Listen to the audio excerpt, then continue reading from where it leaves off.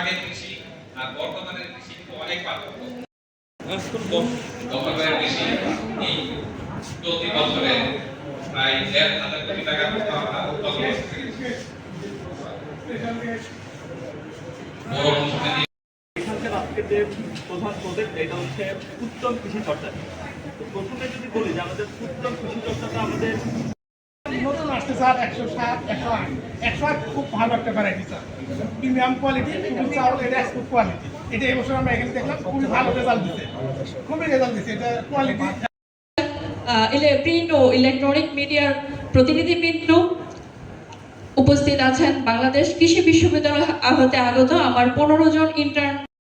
ইউনিয়নের ৭ ধরনের স্কুল আমরা করব, সেই হিসাবে গফরগাঁও উপজেলাতে প্রত্যেক ইউনিয়নে entrepreneurship and resilience in Bangladesh, এটা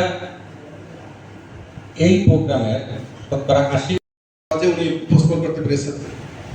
আমি অভিভূত বাংলাদেশ কৃষি বিশ্ববিদ্যালয়ের একজন শিক্ষার্থী কত সুন্দরভাবে গ্যাপের বিষয়গুলো উপস্থাপন করছেন বিভিন্ন চিত্রের মাধ্যমে, উপকরণের মাধ্যমে। আমি অভিভূত একজন অবসর কৃষি কর্মকর্তা কত সুন্দরভাবে শর্টকাটে শেষ করে দেব। আমাদের কৃষি অফিসার যার নামটা দেখলাম, যিনি সুন্দর এই আয়োজন করেছেন, তাদের কৃষি দপ্তর। শর্টকাটে শেষ করে দেব। আমাদের কৃষি অফিসার যার নামটা দেখলাম, যিনি সুন্দর এই আয়োজন।